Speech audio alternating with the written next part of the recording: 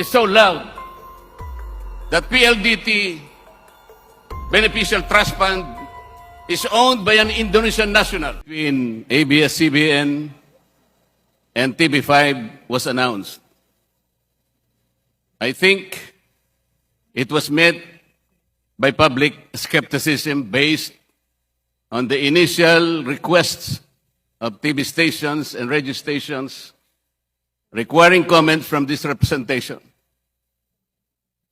Mr. Speaker, to be honest, I think the merger left a bad taste in the mouth. It leaves much to be desired.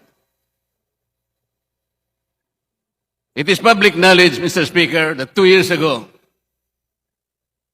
on the application for renewal of ABS-CBN's franchise, this Congress, or the 17th Congress to be more particular, denied the application for renewal because the 17th Congress was able to establish several violations that justified the denial of that franchise. What are these, Mr. Speaker? I can recall a long list of violations. ABS-CBN did not have a permit on the digital broadcast for all their channels. It has no permit for the encryption of its signal and its contents. ABS-CBN violated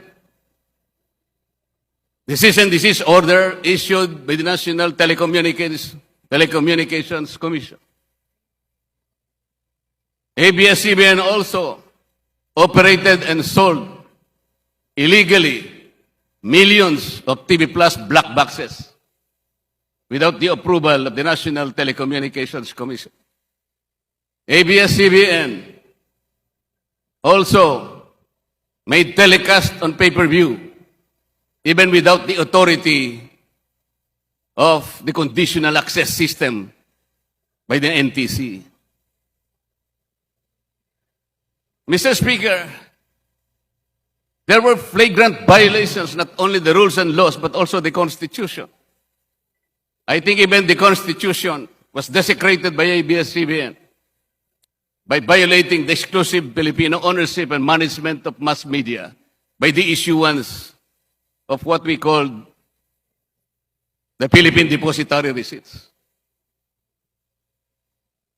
And as I speak today, Mr. Speaker, several employees of ABS-CBN who were terminated illegally by that network won their cases in the Supreme Court, 2 cases of regularization and 6 cases of illegal dismissal.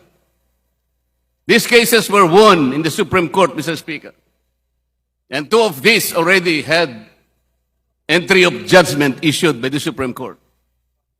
But the NLRC, Mr. Speaker, for unknown reasons, did not even lift a finger to help the workers. Some of them are older already, and some are dying already, Mr. Speaker.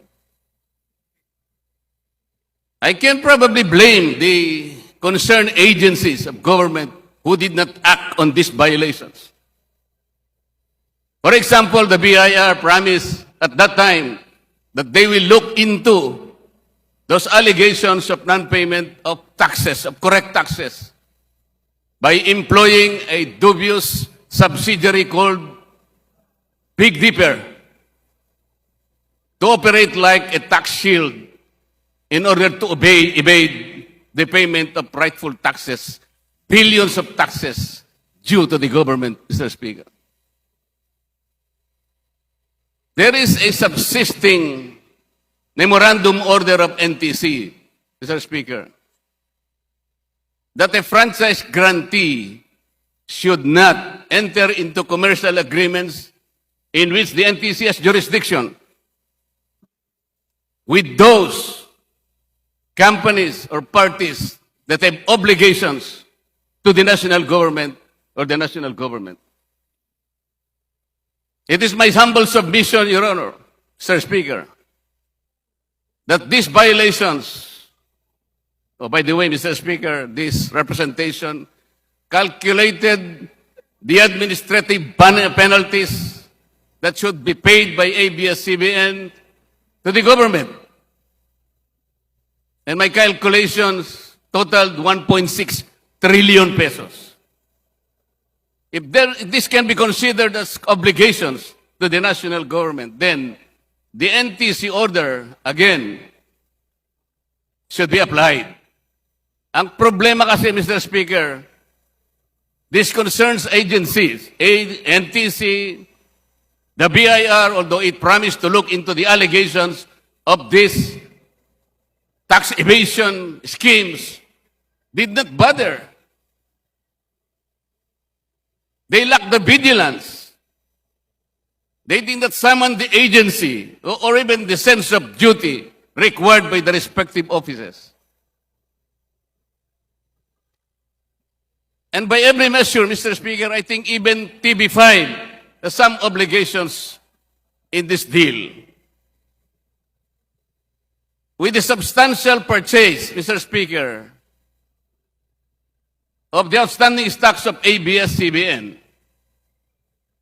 I believe Section 10 of the franchise of TV5 was violated because the rights and obligations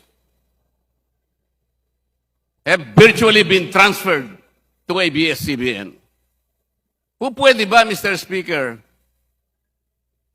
na ang isang network na hindi na natin binigyan ng lisensya because of this established violations, wala na siyang prangkisa. Pwede ba siyang sumakay ng ganun-ganun lang without settling the obligations to the country, to the government?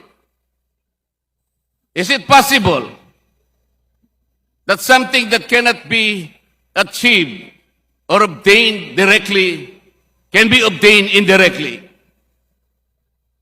I think this is a basic dictum in law, Mr. Speaker. We cannot do that.